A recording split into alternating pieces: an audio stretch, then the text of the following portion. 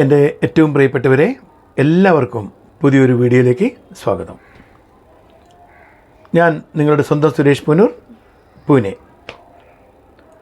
ഇന്ന് നമ്മൾ കുറച്ചും കൂടി ഹൃദയസ്പർശിയായ കാര്യങ്ങൾ ചർച്ച ചെയ്യാനാണ് പോകുന്നത്. എൻ്റെ പ്രധാന കാര്യം, ഒരു മനുഷ്യന്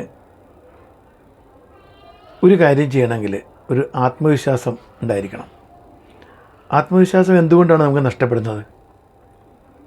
ആത്മവിശ്വാസം വേണം എന്ന് നമുക്കറിയാം, പക്ഷേ അത് എന്തുകൊണ്ട് നമുക്ക് നഷ്ടപ്പെടുന്നു? കാരണം നമ്മളെപ്പോഴും നമ്മെക്കുറിച്ച് ചിന്തിക്കുമ്പോൾ നമ്മളുള്ള കുറവുകൾ, നമ്മളെന്തൊക്കെ കുറവുണ്ട് അത് നമ്മൾ എപ്പോഴും ചിന്തിച്ചുകൊണ്ടിരിക്കും. എനിക്കതില്ലല്ലോ, എനിക്കിതില്ലല്ലോ. പിന്നെ എപ്പോഴും വേറൊരു വ്യക്തിയായിട്ട് നമ്മളൊരു കമ്പാരിസൺ നടത്തും, താരതമ്യ പഠനം. അവൻ അങ്ങനെയുണ്ട്, എനിക്കിതില്ല, അല്ലെ അവൾക്ക് ഇങ്ങനെയുണ്ട്, എനിക്കിങ്ങനെയില്ല, എനിക്ക് ഇത്രയേ ഉള്ളൂ, അവർക്ക് ഇത്ര ഉണ്ടല്ലോ. അതല്ലാതെ നമ്മളൊന്ന് മാറി ചിന്തിക്കുക. എങ്ങനെ എന്ന് പറഞ്ഞാൽ, നമുക്ക് എന്തുണ്ട്, എന്താണ് നമുക്ക് സ്വന്തമായിട്ടുള്ളത്, മറ്റുള്ളവരിൽ നിന്ന് വ്യത്യസ്തമായൊരു ഗുണം എന്താണ് കിട്ടിയിട്ടുള്ളത്, അതെനിക്കുണ്ടല്ലോ, അത് മറ്റുള്ളവർക്കില്ല. അപ്പോൾ അത് നമ്മളങ്ങനെ ഒരു കുശുമ്പ് പോലെ തോന്നാനല്ല പറഞ്ഞത്. നമുക്കൊരു ആത്മവിശ്വാസം വരണം, ഈ ഒരു കഴിവ് എന്നിലുണ്ട്, അതിനെ വളർത്തിയെടുത്തിട്ട് ആ കഴിവിലൂടെ നമ്മൾ മുന്നോട്ട് നീങ്ങാൻ ശ്രമിക്കണം. ഉദാഹരണം പറഞ്ഞാൽ, ഇപ്പം നിങ്ങൾ കാണുന്ന ഈ രൂപമൊന്നും ആയിരുന്നില്ല എൻ്റേത്. ഞാൻ നാട്ടിൽ നിന്ന് പൂനെയിലേക്ക് വരുമ്പോൾ വെളുത്ത് മെലിഞ്ഞ് ഒരു സുന്ദരൻ പയ്യൻ തന്നെയായിരുന്നു. കാണാൻ കുഴപ്പമില്ലാത്ത നല്ലവണ്ണം മുടിയുള്ള, ഈ കാണുന്ന ഈ ഭാഗങ്ങളൊക്കെ കംപ്ലീറ്റ് മുടിയായിരുന്നു. അങ്ങനെ ഒരു തലയതിൻ്റെ ഉള്ളിലുണ്ടെന്ന് നമുക്ക് മനസ്സിലാവില്ല, അത്രയും നിറഞ്ഞു കവിഞ്ഞ നല്ല മുടി. അപ്പോൾ അതിലൂടെ നമുക്കൊരു ആത്മവിശ്വാസം, കാണുന്നവർക്ക് നമ്മളെ പറ്റി പയ്യൻ കുഴപ്പമില്ല, അങ്ങനെ ഒരു തോന്നലിലേക്ക് ഒക്കെ വന്നിരുന്നു. പക്ഷെ അത് കുറേ കാലം കഴിഞ്ഞ്, വർഷങ്ങൾ കഴിഞ്ഞപ്പം മെല്ലെ ആ ഒരു മുടിയുടെ കട്ടി കുറഞ്ഞു തുടങ്ങി, മെല്ലെ മെല്ലെ മുടി പോകാൻ തുടങ്ങി എന്ന് തിരിച്ചറിഞ്ഞ ആ നിമിഷം, അല്ലെങ്കിൽ നമ്മളെ കൂട്ടുകാർ അങ്ങനത്തെ കാര്യങ്ങൾ, നിങ്ങളൊരിക്കലും നന്മകൾ ഒരാളെടുത്ത് പറയില്ല. നമ്മൾ ഇന്നലെ ഇവിടെ പറഞ്ഞ പോലെ ഒരുപക്ഷെ നന്മകൾ നമ്മളിവിടെ പറഞ്ഞില്ല എന്ന് വരും, പക്ഷേ നമ്മുടെ തിന്മകളൊക്കെ പറയാൻ നമ്മുടെ കൂട്ടുകാരുണ്ട്, അവർക്ക് പറഞ്ഞു തരാൻ. നിൻ്റെ അത് രസമല്ല കേട്ടോ, ഇത് പ്രശ്നം കേട്ടോ. അങ്ങനെ അവരാരോ പറഞ്ഞപ്പോൾ ഞാൻ കഷണ്ടിക്കാരനായി മാറുന്നു, എൻ്റെ മുടി എനിക്ക് നഷ്ടപ്പെട്ടുകൊണ്ടിരിക്കുന്നു എന്നുള്ളൊരു തിരിച്ചറിവ് എനിക്ക് ഒരുപാട് എൻ്റെ ആത്മവിശ്വാസം കുറച്ചു. പിന്നീട് ഒരാളും എന്നോട് അങ്ങനെ നിങ്ങൾക്കത് കുറവുള്ളതുകൊണ്ട് പ്രശ്നങ്ങളൊന്നുമില്ല, നിങ്ങൾ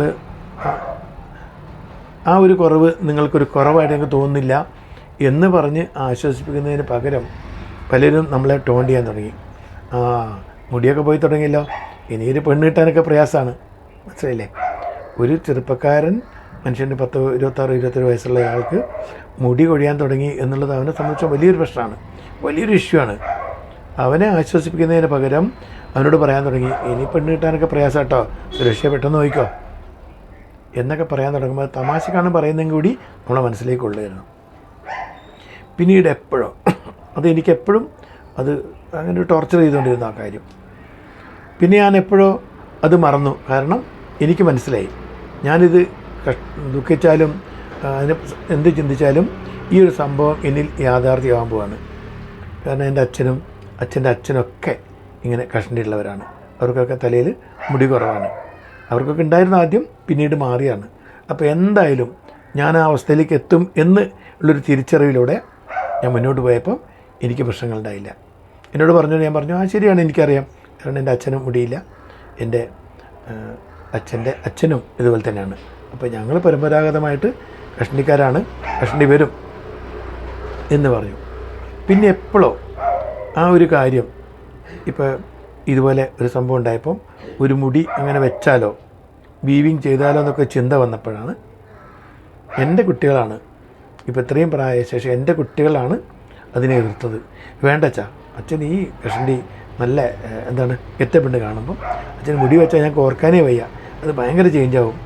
ഞങ്ങൾക്ക് അച്ഛനായിട്ട് അംഗീകരിക്കാൻ പ്രയാസമെന്ന് തോന്നും. അത്രയും അവസ്ഥയാണ്. അതുകൊണ്ട് ഒരിക്കലും മുടി വെക്കരുത് എന്ന് അവരാണ് നമ്മളോട് പറഞ്ഞത്. പിന്നെ രണ്ടാമതൊരിക്കലും എൻ്റെ ഭാര്യ എന്നോട് മുടി കുറഞ്ഞതിൻ്റെ പേരിൽ എന്നെ ഒരിക്കലും കുറ്റപ്പെടുത്തിയോ അല്ലെങ്കിൽ മോശമായിട്ട് ഒന്നും പറഞ്ഞിട്ടില്ല. ഞങ്ങളുടെ സ്നേഹത്തിന് ആ മുടി കൊഴിച്ചിലുകൊണ്ട് ഒരു വ്യത്യാസം വരുത്താൻ പറ്റിയിട്ടില്ല. അപ്പോൾ അതിലൊക്കെ നമുക്ക് കോൺഫിഡൻസ് തന്നു. പിന്നെ നിങ്ങൾക്ക് പാടാൻ പറ്റുമല്ലോ, നിങ്ങൾ എഴുതുന്ന ആളല്ലേ, നിങ്ങളുടെ ആ കവിത നല്ലതാണല്ലോ, കഥ എഴുതി നോക്കൂ, അങ്ങനെ പറഞ്ഞുള്ള പ്രോത്സാഹനങ്ങൾ കൂടി വന്നപ്പോൾ നമ്മൾ മെല്ലെ കയറി വന്നു. പിന്നെ മലയ്ക്ക് പോകുന്ന ആ സമയത്ത് ജസ്റ്റ് ഒന്ന് താടി നീട്ടി നോക്കുമ്പോൾ താടി കുഴപ്പമില്ലാതെ വളരുന്നുണ്ട്. ആരൊക്കെ പറഞ്ഞു, സുരേഷ് ഈ താടി കളയേണ്ട, നല്ല രസമുണ്ട്. അങ്ങനെ പറഞ്ഞു. പിന്നെ കളഞ്ഞു, പിന്നെ എടുത്തു. പിന്നെ അച്ഛൻ ഒരു തവണ ഇവിടെ വന്നപ്പോഴാണ് പറഞ്ഞ്, ഇവന് താടി വെച്ചാൽ നല്ലതാണല്ലോ, കുഴപ്പമില്ല, എന്തിനാ താടി കളയുന്നത്? അച്ഛനെ പേടിച്ചിട്ടായിരുന്നു അച്ഛൻ വരുന്ന സമയത്ത് താടി വടിച്ചിരുന്ന് ഷേവ് ചെയ്തിരുന്നത്. ആ അച്ഛൻ തന്നെ അങ്ങനെ പറഞ്ഞപ്പോൾ നമുക്കൊരു ധൈര്യമായി. പിന്നെ താടി കിട്ടാൻ തുടങ്ങി. അപ്പോൾ ഇപ്പോൾ താടിയെ പരിപാലിക്കുക, അതിനെ ഒന്നിങ്ങനെ എപ്പോഴും ശുശ്രൂഷിക്കുക, അതിലൂടെ അഭിനന്ദനങ്ങൾ ഏറ്റുവാങ്ങുകയൊക്കെ ചെയ്യുന്ന പരിപാടി.